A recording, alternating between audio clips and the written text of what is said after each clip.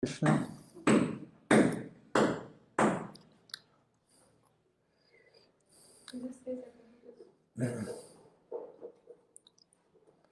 Hare Krishna. Good morning, dear devotees from Sridham Mayapur.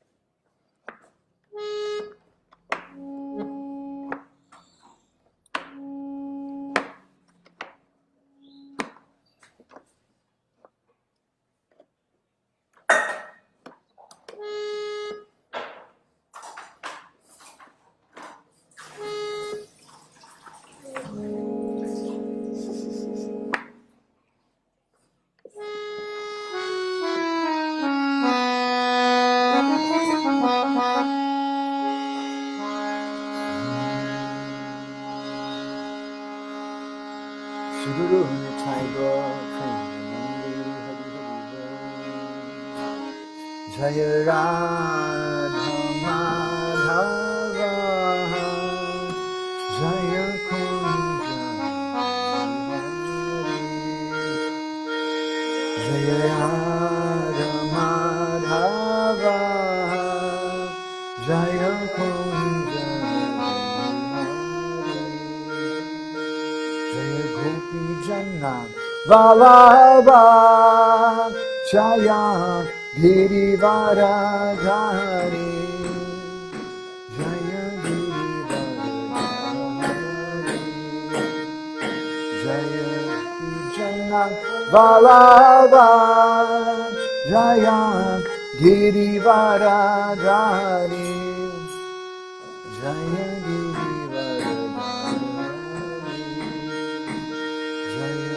Yashodanandana Jaya Braja Janaranjana Jaya Braja Janaranjana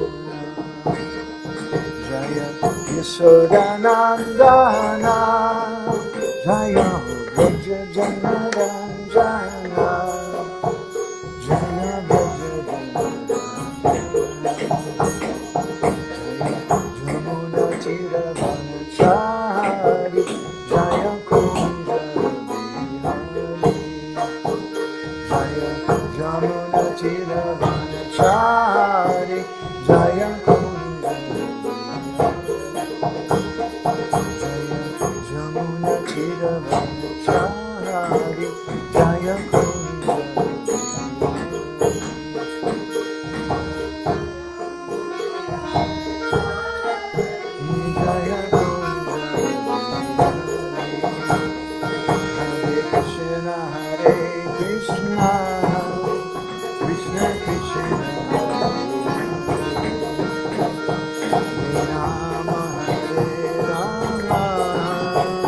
Rama Rama Hare Krishna Krishna Krishna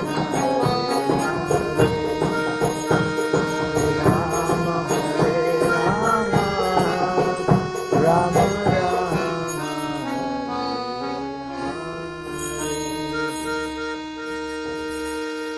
Srimad Bhagavatam ki jai, Srila Prabhupada ki jai, Gaur Premanandi Hari Bol. Narayanam namaskrityam naram sthavanarottamam Devim saraswatim vyasam tato jayamudiraye Devi ramayane shaiva purane bharate tata Adavande cha madhye cha hari savatidiyate Mukam karoti vachalam pangum langayate girim Yat kripa tamaham vande Shri Gurum Dinataranam Paramananda Madhavam.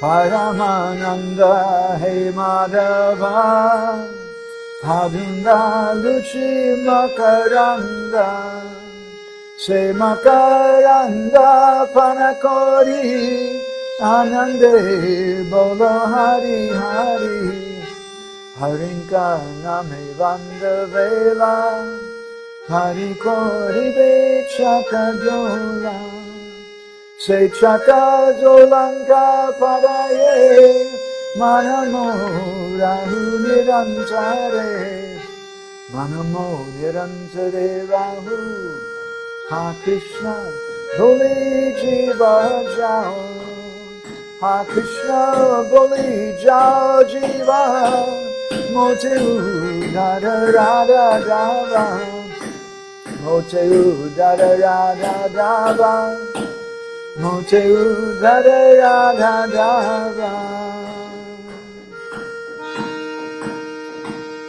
Om Namo Bhagavate Vasudevaya. Om Namo Bhagavate Vasudevaya. Om Namo Bhagavate Vasudevaya. Good morning from Sri Mayapur. We're reading from Granthada Srimad Bhagavatam, the king of all literatures. Please forgive us, that's not someone banging their head on the wall, but that's the sound of the workers upstairs. We can't stop, so just pretend that you're hearing something from India. So we're reading from the third canto Srimad Bhagavatam, chapter 29, description about devotional service. And this is text number 10.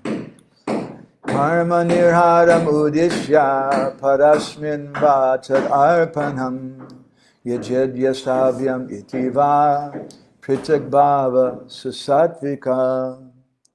When a devotee worships the Supreme Personality of Godhead and offers the results of his activities in order to free himself from the inebrities or fruitive activities, his devotion is in the mode of goodness. Srila Prabhupada writes in his purport, the Brahmins, Kshatriyas, Vaishyas, and Sudras, along with the Brahmacharis, Grihasthas, Vanaprasthas, and Sannyasis, are the members of the 8 divisions of Varnas and Ashrams, and they have their respective duties to perform for the satisfaction of the Supreme Personality of Godhead. When such activities are performed and the results are offered to the Supreme Lord, they are called karmarpanam, duties performed for the satisfaction of the Lord. If there's any inebriety or fault, it is atoned for by this offering process. But if this offering process is in the mode of goodness rather than in pure devotion, then the interest is different. The 4 ashrams and 4 varnas act for some benefit in accordance with their personal interests. Therefore, such activities are in the mode of goodness. They cannot be counted in the category of pure devotion. Pure devotional service, as described by Rupa Goswami, is free from all material desires. Anyabhilasita shunyam. There can be no excuse for personal or material interest. Devotional activities should be transcendental to fruitive activities and empiric philosophical speculation. Pure devotional service is transcendental to all material qualities. So I want to thank everyone who's been following along this discussion about bhakti and the mode of goodness. I'm going to yell as loud as I can to try to go over this sound. It's really very obnoxious, very difficult for me. Just to review a little bit, for some persons who may not be here, or for those of you who were, because it's been a few days now, the words in this verse, pritak bhava, are significant. It indicates that although the practitioner is performing some kind of bhakti, there is a separate interest from the Lord. This is really difficult. In such bhakti, although they may be performing the activities of bhakti, because the motivation is not pure, it's in the mode of goodness, it's saguna. Or under the modes of material nature, it's not nirguna, or free from the modes of nature. And we spoke in our first session about 3 types of sattvic bhaktas, the adama, the madhyam, and the uttam. And the adama sattvika bhakta is someone who's performing bhakti to destroy sins. That's in the mode of goodness, but it's the lowest amongst the devotees who are performing bhakti in a mode of goodness. Then there's the madhyam sattvika bhakta, who's doing it because he wants to please the Lord. And he understands something of Shastra, he has faith in that. That's much higher. That's a very rare thing. And then the highest of the sattvika bhaktas is the uttam sattvika bhakta, who worships the Lord in the mood of being a servant of the Lord, following the Shastra. He has some faith in that. They won't listen to you. Somebody speaks in English, it doesn't work because there's no higher person. You tried saying ek minute something? Actually, 30 minutes.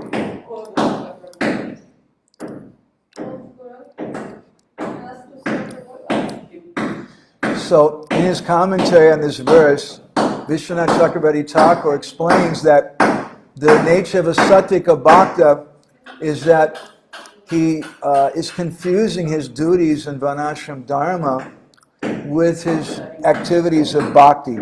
He thinks they're the same things. And so such bhakti is sakama bhakti, or bhakti with some personal motivation. And again, it's not nirguna bhakti or sarup siddha bhakti, which will be described in the verses coming after this. So in connection with this, we began discussing about the Yajna Brahmins, a pastime in Braj Leela, and how the boys, Krishna's cowherd boyfriends, they were sent by Krishna to these ritualistic Brahmins to beg food on behalf of God. And it's ironic because the Brahmins were doing ceremonies to worship God. They were doing Agnihotra to worship Yajna Bhuk, or the Lord of Sacrifice, who's God. But when the boys came, they thought, who are these boys? They're just Vaishyas coming from the forest. We're offering food for God. We're much higher class than that. And after offering to him, then first we'll feed the Brahmins, and then later on, we'll give food to everybody else. So then Krishna told the boys to go and ask the wives of those Brahmins. And the boys went to the wives, and the wives became very ecstatic and immediately came running to serve Krishna. And their husbands tried to stop them, and their husbands told them, Viprapatni hoya tori, tora karili ki karma. What are you doing? You're going to lose your religion. Rahibe kula dharma. You're going to lose your position, your religion of Varnashram Dharma, your religion of being a chaste wife. So you're our wives, you should come back and stay with us, and we're doing this ceremonies. So such people, they're in the mode of goodness, but their motivation is not the pleasure of Krishna.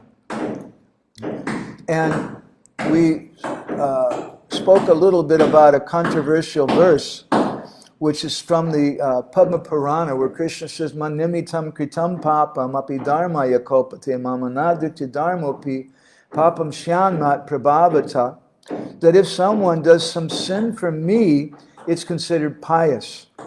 But if one neglects me and engages in religious activities, then by my influence, these actions turn into sins. One of our sessions back, and I'm saying this in connection to a very relevant question we got this morning from Lynn.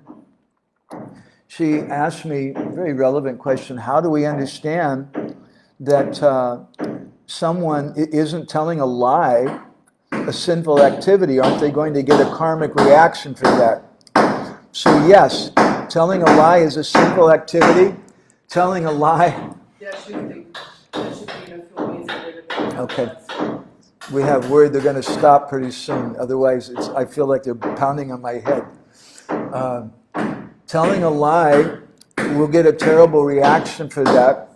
And religious personalities especially should be honest persons. That's a basic principle of truth.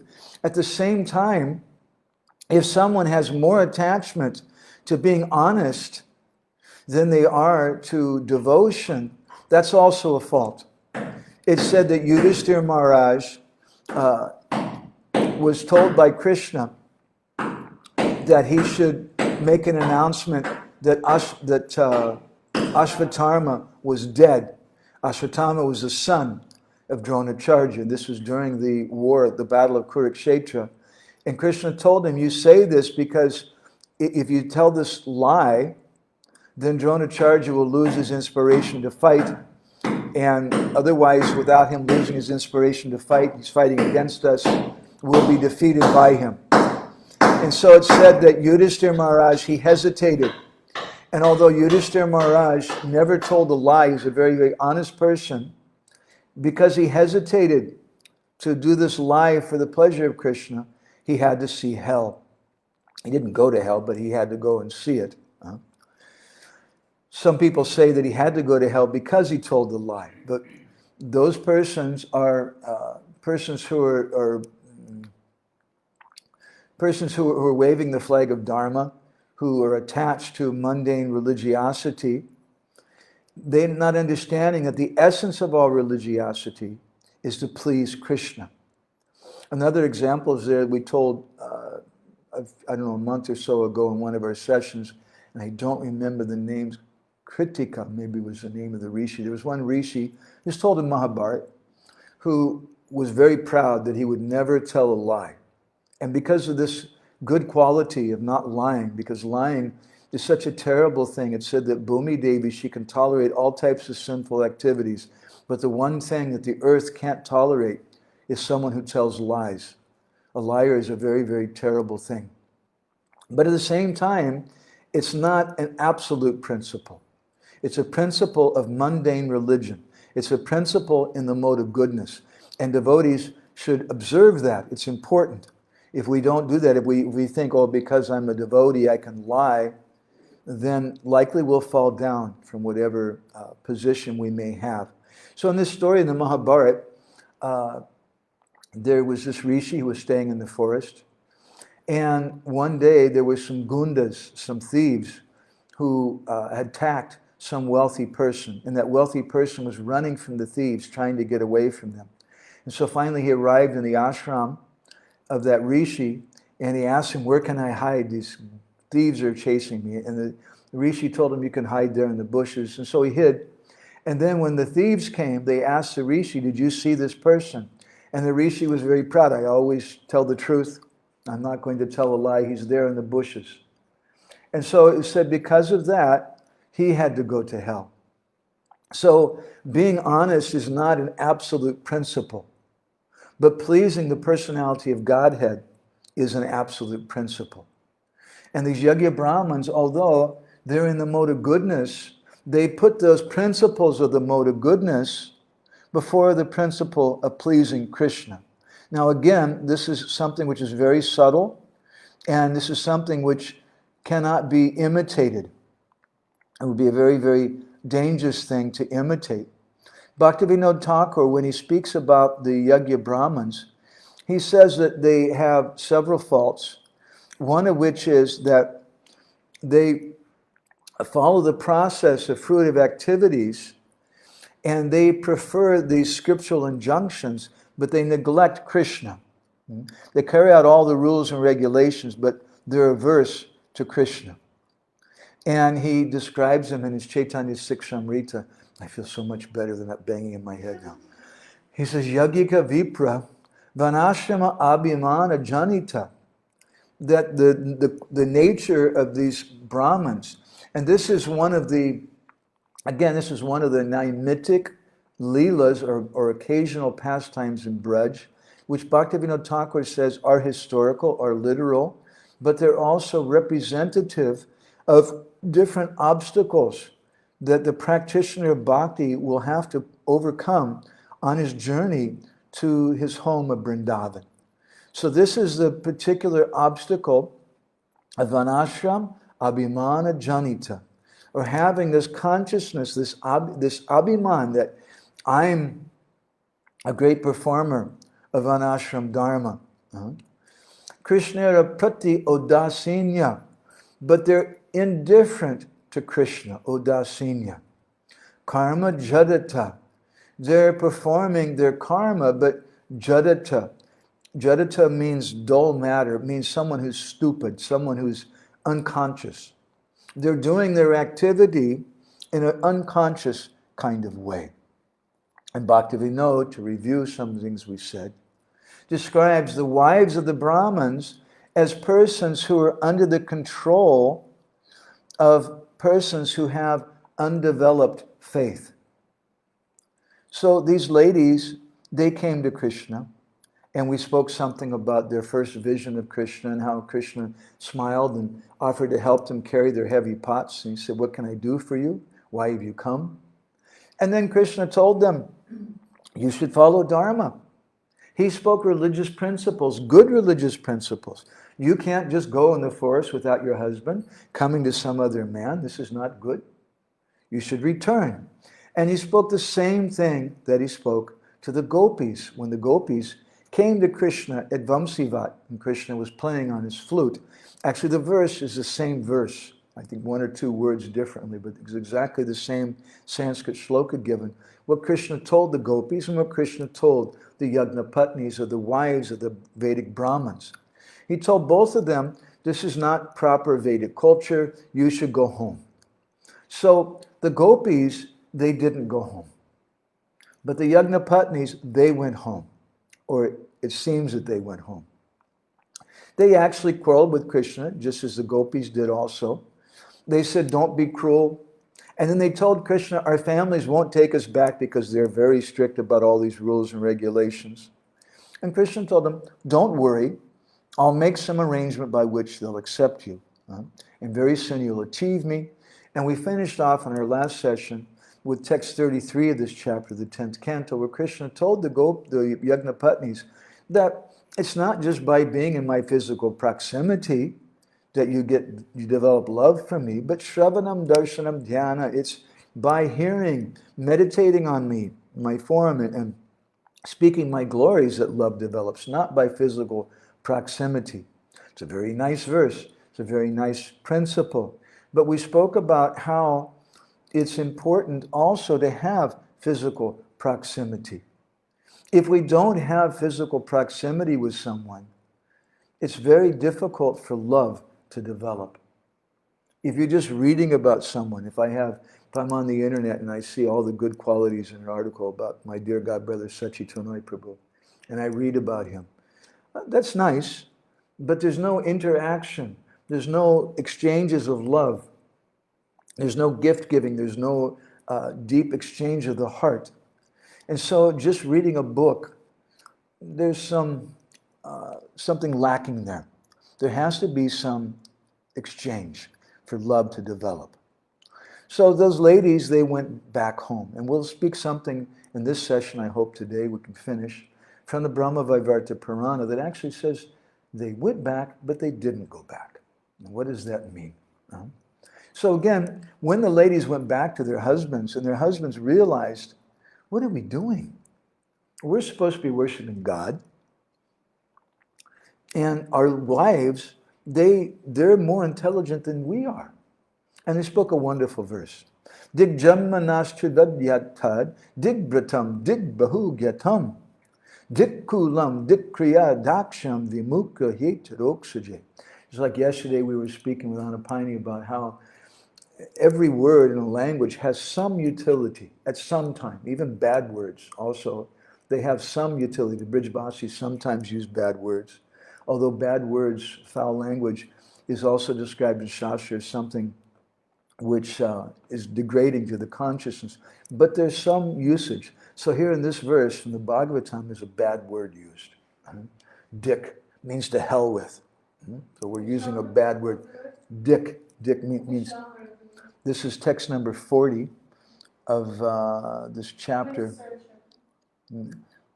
Yeah, this is what chapter is this? 10th canto, chapter 23, text number 33. Very famous verse.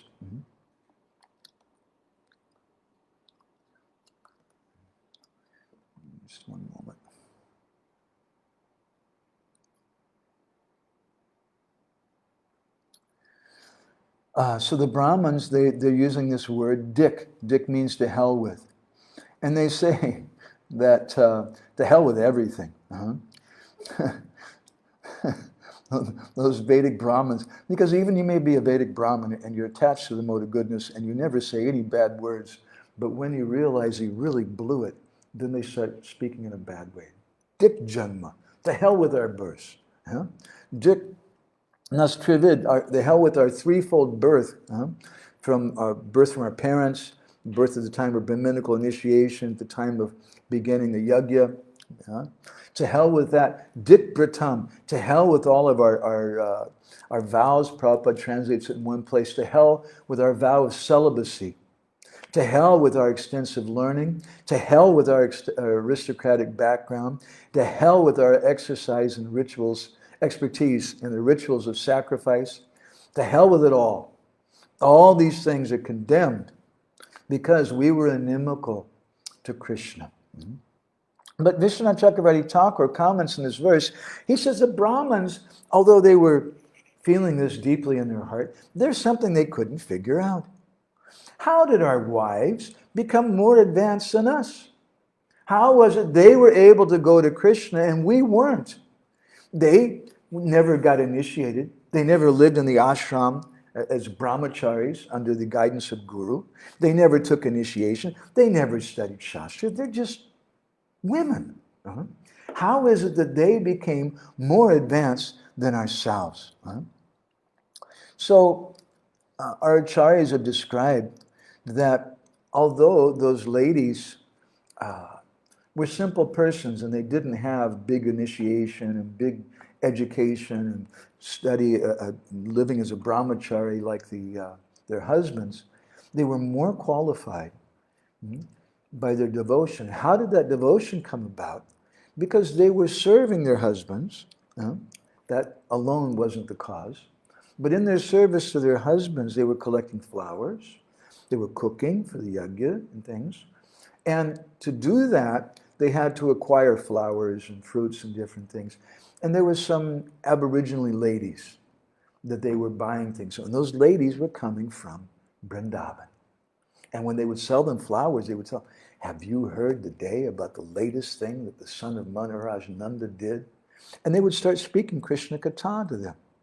Those ladies weren't performing yajnas and bending their fingers and doing all these mudras and swaha and all like this. They were just simple persons. And with great eagerness, they were hearing that Krishna Katha from those aboriginal ladies. And their bhakti developed. Vishwanath Chakravarti Thakur comments in one of the verses in this chapter. He says, Tatascha sabarya api guru niva manashyato. That, he says, although these women were their wives, the Brahmins now regarded them, api guru niva manashyato, they regarded them to be their gurus. Very interesting point. Because in Vedic culture, you just don't do that. The wife is always subordinate to the husband. She's called the Dharma Patni. But that's according to the principle, the Smarta consideration. But according to the Vaishnava consideration, there's a different understanding. And therefore, Bhaktivinoda Thakur, when he comments on this pastime, he says that this pastime indicates how bhakti is beyond gender, bhakti is beyond varna and ashram, and we should respect bhakti more than we respect anything else. So Vishwanath says that these Yajna Brahmins, they begin to criticize themselves for their own lack of devotion. He says that the bhakti of their wives was impossible for them to see in a lokik society or in a mundane society. So this is the fault of the Yajna Brahmins. This is bhakti in the mode of goodness. And bhakti in the mode of goodness means that someone should follow varna and ashram, as Prabhupada is describing in his purport. And there's a system. And generally speaking, the wife is considered to be the better half of the man. She's supporting the man. The wife is considered to be worthy of more respect then the mother is considered to be worthy of more respect than the father. She's given more respect and love, but she's protected. It's a little difficult for us to understand this cultural principle in the West. And in one sense, it's not the most important thing, because bhakti is not dependent upon the mode of goodness. Bhakti is not dependent upon varnashram dharma. This is saguna bhakti. And someone may follow the process of bhakti, and they may not be following all these rules of varna and ashram. One example that I heard from Charu Prabhu and some of the devotees who were present in Berkeley, California. Berkeley is an interesting place. They have a lot of different types of persons. And there was one person who joined the Brahmacharya ashram, and he was coming to do Mangal Artik every day and wearing a saffron dhoti as a brahmachari. And then one day he came to Mangal Artik and he was wearing a sari. He's dressed up as a woman. And those very strict devotees in the temple were a little confused. And they didn't know what to do. So it became a little controversial. Someone finally wrote a letter to Srila Prabhupada and said, Prabhupada is this man, he's dressing as a woman, he wants to... And Prabhupada wrote back, and what did Prabhupada say? Prabhupada wrote that devotee back and said, anyway, you just decide if you want to be a man or a woman, and just stick with that. Srila Prabhupada wasn't so concerned about it. That doesn't mean that all the principles of varnashram dharma and all the qualities of a chaste wife and a Vedic culture are nonsense or something that are bad, that we should reject. But it means that we should learn the subtle understanding of keeping them in their proper perspective.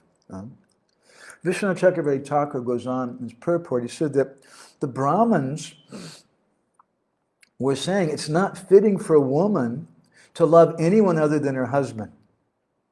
And although women should regard their husbands as guru, what can we say when the Supreme Lord, who's Jagat Guru, who's the universal teacher and spiritual master of everyone, appears directly before them? They've developed their love for the Guru of the universe, Krishna, and now they don't even have, he says, a trace of attachment for their home, husband, children, and so forth. He says, Ekasmakam Gurava Eva. Therefore, we no longer, as we don't see attachments in anymore, they've become our gurus. They're impressed by these ladies. Before, they couldn't see them. An interesting point. They couldn't see the ladies. They couldn't appreciate their devotion. They're living with them, but their wives were greater devotees than their husbands. There's a similar story in the Bhaktamala of Nabhadas. There was one queen who had a good husband. He was handsome, he was rich, he was a nice guy. But there was one thing that really made her distressed. He wasn't a devotee. And so she was always lamenting, if I could just have a Vaishnav as my husband. She didn't know actually her husband was a Vaishnav and was indeed a great Vaishnav. But he was hiding his devotion. And although she's living with him, sleeping in the same bed with him, she didn't recognize it until one night. Her husband had some dream and he started calling out, "Hey Govinda, hey Gopal," with such feeling. The wife, she woke up, "Oh, my husband's actually a Vaishnava, he's actually a devotee." And she was so ecstatic. She had a festival that day.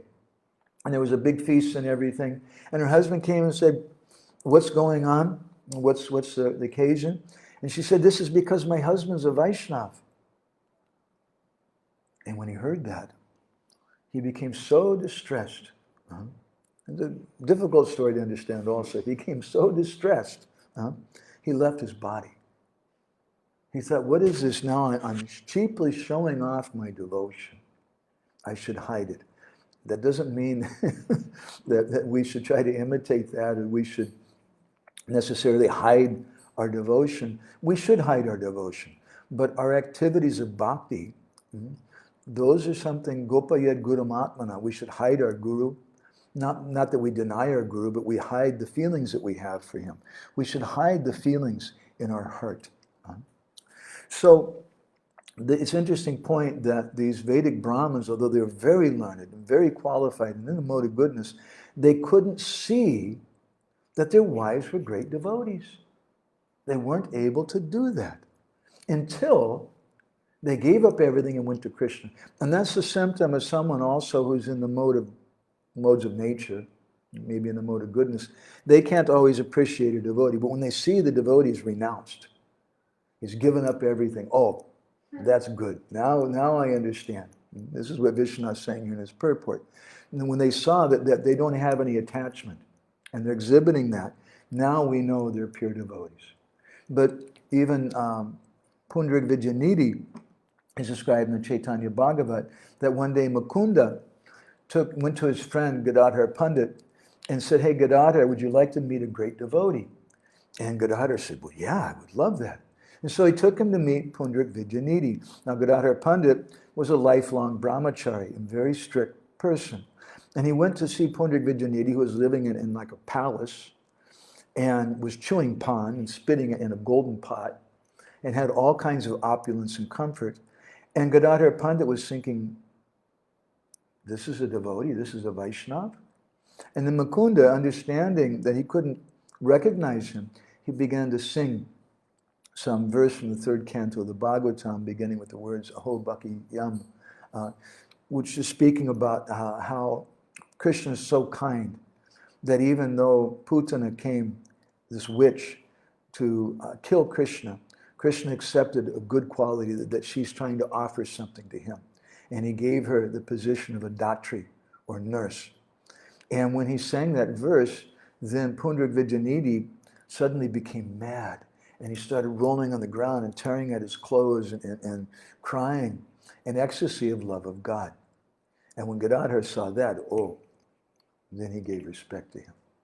So these Yajna Brahmins, they couldn't recognize. Srila Prabhupada, in his purport to the 42nd verse in this chapter 23, he comments, he quotes Vishwanath Chakravarti Thakur. He says, "Therefore, from that day on, the husbands accepted those ladies as their worshipable spiritual masters and no longer thought of them as their wives or property." These are Srila Prabhupada's words. That their husbands, they accepted their wives, those ladies, he says, as their worshipable spiritual masters. So this is the pastime of the Yajna Brahmins, who are in the mode of goodness. And this pastime indicates that we have to give up equating our varnashram duties with bhakti, or even putting them sometimes ahead of bhakti, and seeing that devotion to Krishna is everything. And so when those husbands came to their senses and they could see the devotion of their wives, they accepted them as their gurus. A very radical thing in Vedic culture. So a question arises, okay, so what did the Brahmins do at that time? And there's no mention of the Brahmins going to see Krishna. And this is an interesting point. If their wives just came from Krishna, and they're using this bad word dick, the hell with this and the hell with that, and we're the hell with everything we've got because we're so stupid, we didn't go to Krishna. Why don't you just go to Krishna? Why didn't they go? The text 52 in this chapter describes, Iti swagam anusmitya Krishne te krita helanaha Didrikshavo brajam ata kangsad bita nachachalan. Because Kangsad bita nachachalan, achalan, they didn't go because Kamsa bita, they were afraid of Kamsa.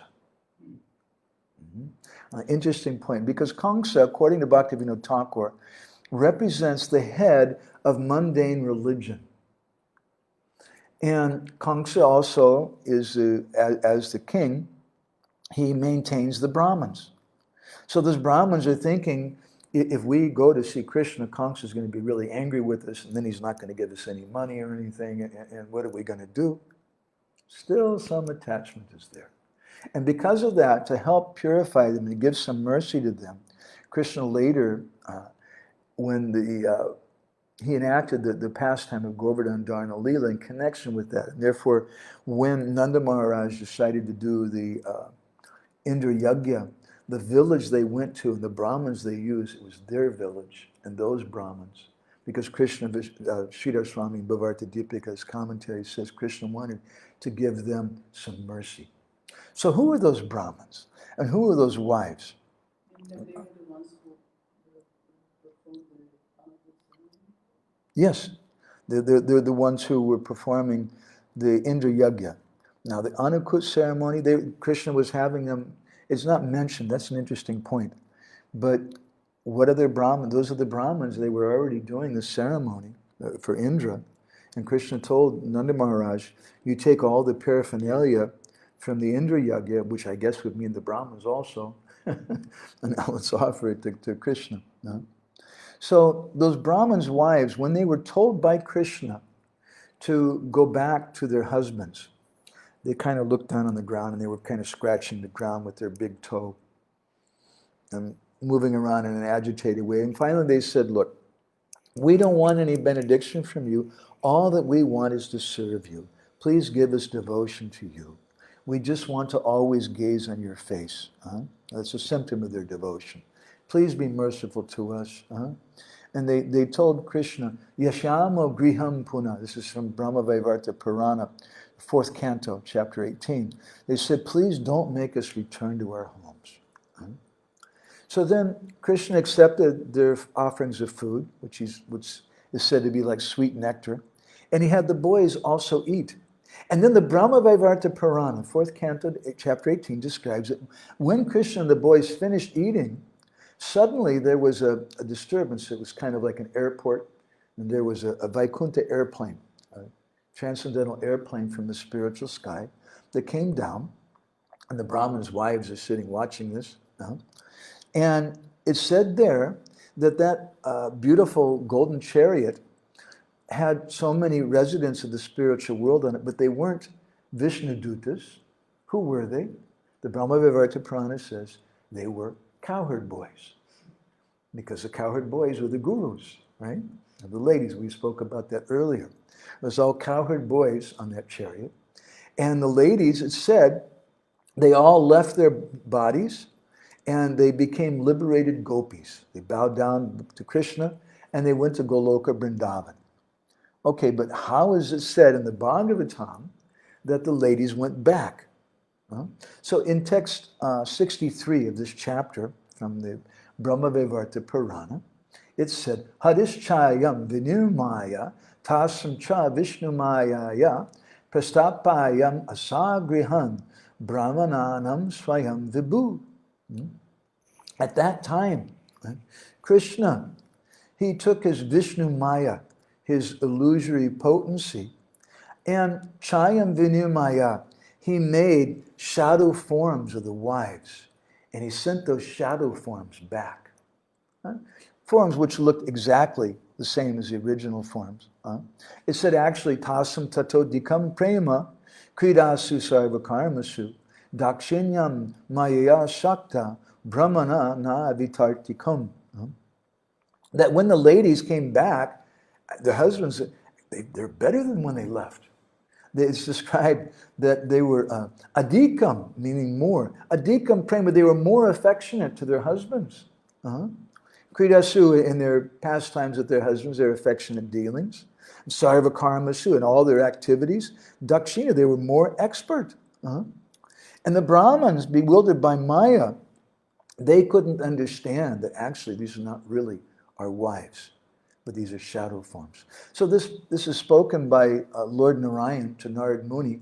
And Narad Muni, when he heard this, he said, okay, I'm really trying to get my head around this. This is really complicated, subtle stuff. So tell me, he asked Lord Narayan, who were those pious ladies in their previous birth? And what fault did they do to come to the earth? So you please tell me. So then Lord Narayan tells him, Sri Narayan Uvacha, Saptarshinam Ramanascha, Rupen apratima para, guna bratya susilascha, swadharmista, pati brataha. In their previous lives, they were pati brata, very devoted to their husbands. And their husbands were none other than the Sapta Rishis. And it said those ladies were incomparably beautiful, virtuous, noble-hearted, religious, and very dedicated to their husbands. So one day, in text 80 in this chapter describes in Brahmavaivarta Purana, Drisva Tasam stanasroni mukani sundarani cha analas chakame tascha madanala pidita. I think I'm going to do another session of this topic because I would really, otherwise we're not going to be able to get into all the different subjects in it. Something happened at that point. And we'll discuss that more. Why it is that those ladies, although they're the wives of the Sapta Rishis, the most qualified persons, the most qualified husbands, and they were very qualified wives, why is it that they had to come and suffer to be under the control of such, we might say, badmash in Bengali or Hindi, rascal husbands? We'll finish with one little point. The Srila Prabhupada, from Prabhupada's purport and some of our acharyas, in the 5th canto of the Bhagavatam, chapter 18, Rama Devi, who's Lakshmi Devi, she prays that who is a real husband? And Srila Prabhupada comments in his purport, Krishna is the original Purush, and the living entities are Prakriti. Thus Krishna is the enjoyer, and all living entities are meant to be enjoyed by him. Therefore, any woman who seeks a material husband for her protection, or any man who desires to become the husband of a woman, is simply under illusion. To become a husband means to maintain a wife and children nicely by supplying wealth and security. However, a material husband cannot possibly do this, for he is dependent on his karma. Karmana daiva netrena. His circumstances are determined by his past fruitive activities. Therefore, if one proudly thinks he can protect his wife, he is under illusion. Krishna is the only husband.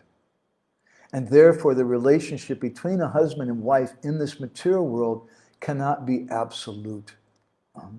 Because we have the desire to marry, Krishna mercifully allows the so-called husband to possess a wife and the wife to possess a so-called husband for mutual satisfaction. But we should know every living entity is Prakriti or female, and Krishna is the only husband. So I can finish with a little comment from an article we like very much by Srila Bhaktisiddhanta Saraswati about Vaishnava marriage. And he says there that Vaishnava marriage is not the same as Vedic marriage. And he says in Vaishnava marriage, it's not that the wife is a servant of the husband, or the husband is a servant of the wife, as is kind of popular in many places today. He said, rather, they serve each other. Because how can a Vaishnava accept another Vaishnava as their servant? Rather, he says, they serve each other for the pleasure of Guru and Krishna. And they may take a particular role. In Vedic culture, the ladies, they have a subordinate role to men because men have big egos. And it's very hard for them to take instruction from ladies. And this is why it's a big thing in this story, that these Vedic Brahmins are accepting their wives as their gurus. In Vedic culture, generally the wife, she encourages the husband, you are so intelligent, you are just the best, you're the most handsome, you're the strongest, you're this and that. And he says, yes, very good. And he gets encouragement and strength from that. And this is the nature of women. They also do it with little boys. The mother, you are so good, and the boy gets so much strength from that. And this is the Shakti of women, that they're able to do this. And this is a particular culture, a culture which is designed to help people come closer to God, but it's still, according to Srila Prabhupada in his purport today, it's not absolute, this culture. It's in the mode of goodness. And if we mistake it, as Vishwanath Chakravarti Thakur says, this mode of goodness activities for being spiritual, then that's saguna bhakti. It's not pure bhakti. And we won't get the same result. And therefore we see that Srila Prabhupada, in the West, there were so many cultural differences, and Prabhupada let the ladies live in the ashram. Prabhupada, generally ladies in the West, in India, don't give lectures in the temple with his brahmacharis or men, but Prabhupada let the ladies do that and lead kirtan and different things because they came from a different culture. And Prabhupada, by that, it was clear he wasn't attached to Vedic culture. He was more attached to the principle of bhakti.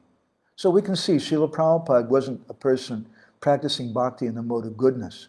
And therefore, in his purport, again, I'll mention this to Bhagavatam 10:23-42, Prabhupada says, from that day on, the husbands accepted those ladies as their worshipable spiritual masters and no longer thought of them as their wives or property.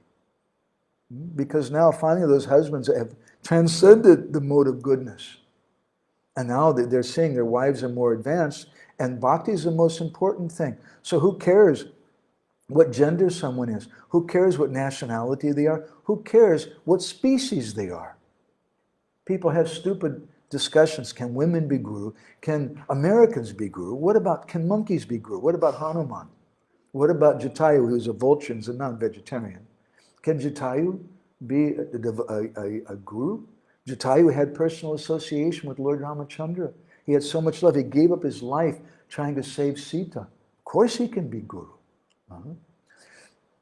So the real question is not about gender or nationality or this or that. The real question is qualification. The real question is, what does Krishna want? And this is something we learn from this particular pastime in the Bhagavatam, that we have to transcend dharma, or mundane dharma, as Bhaktivinoda Thakur says in Krishna Samhita, etena darshitam tattvam jivanam samadarshanam Shri Krishna priti sampato jati buddhir nakarnam. That this pastime of the Yajna Brahmins indicates, he says, the equality of all living entities. And there's no consideration of caste, no consideration, he says jati, that's all he says, meaning caste. But it also indicates in this pastime, because it's speaking about gender, there's no question about a problem with gender, there's no question of a problem with nationality or caste, creed, or even species. Rather, if someone is thinking about this jati buddhi, what they're thinking in this kind of consciousness, that becomes an obstacle in the development of love. So big topic today. I'm sorry we've gone over time and a little controversial. I'm not going to try to argue about this if some people are upset what we're saying about women. We're just reading what Srila Prabhupada and Vishwanath Chakravarti Thakur have to say. And there are different cultural differences.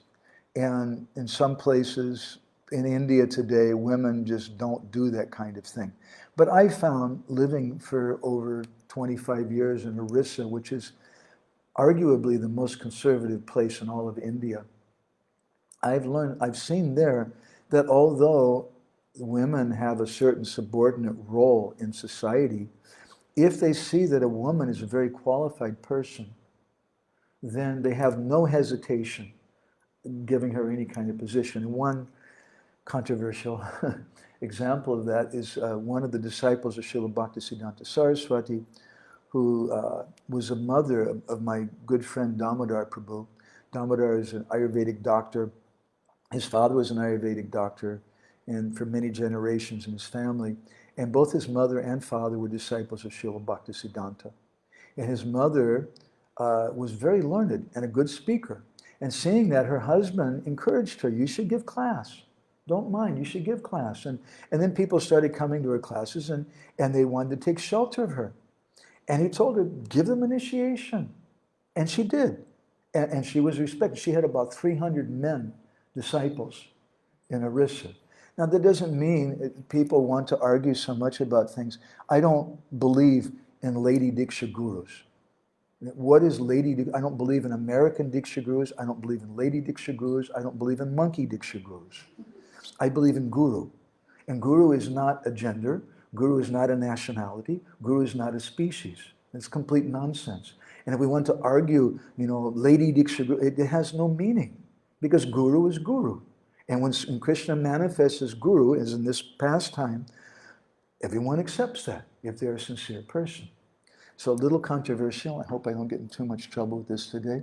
Anybody have any comments or anything? Lynn, I thank you for answering the question. Very good. Kalki Prabhu, you're asking a nice quote. Where does it come from? We quoted a lot of things, Kalki Prabhu. I'm not sure. By the way, Kalki is a Spanish speaker too, from South America. I don't know if you know Kalki. We're here with Sachitanoi Prabhu. By the way, Sachitanoi, I'm speaking with Sachitanoi. One of our friends, our mutual friends, was watching our recent class and was commenting on it. His name was Madhav Reginald Sanders. And I mentioned to him that you were here, Prabhuji. So if anybody has any questions or reflections, it will take them for a couple minutes, but we're a little late. And we'll continue this in our next session, which will be on Wednesday. Anapani Radha, you have something?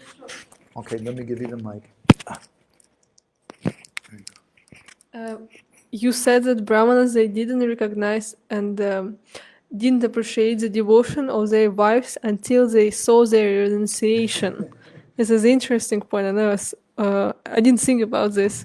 So, and I was thinking, like an example for our society and for our time, that people, they can't recognize and appreciate the devotees and devotional service until they see something extraordinary in devotees. They're singing nice, or they're renounced, or they're speaking beautifully. So at the same time, the process is to give the people the faith in devotional service, not in this thing. So I just didn't understand how, because usually if people, they appreciate some external things, they have faith in these external things.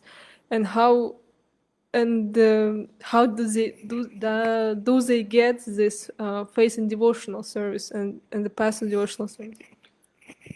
The Vedic literatures are full of all kinds of external things. And there's Dharma, Artha, Kama, and Moksha. There's Puranas which describe Lord Shiva as being supreme, or Lord Brahma as being supreme. And Jiva Goswami quotes a verse in the beginning of his Tattva Sandarbha from Padma Purana, which gives an explanation why those personalities are described as supreme, or to extend that to your question, why these different processes are considered to be supreme, or so important to be renounced, to be honest, to this and that.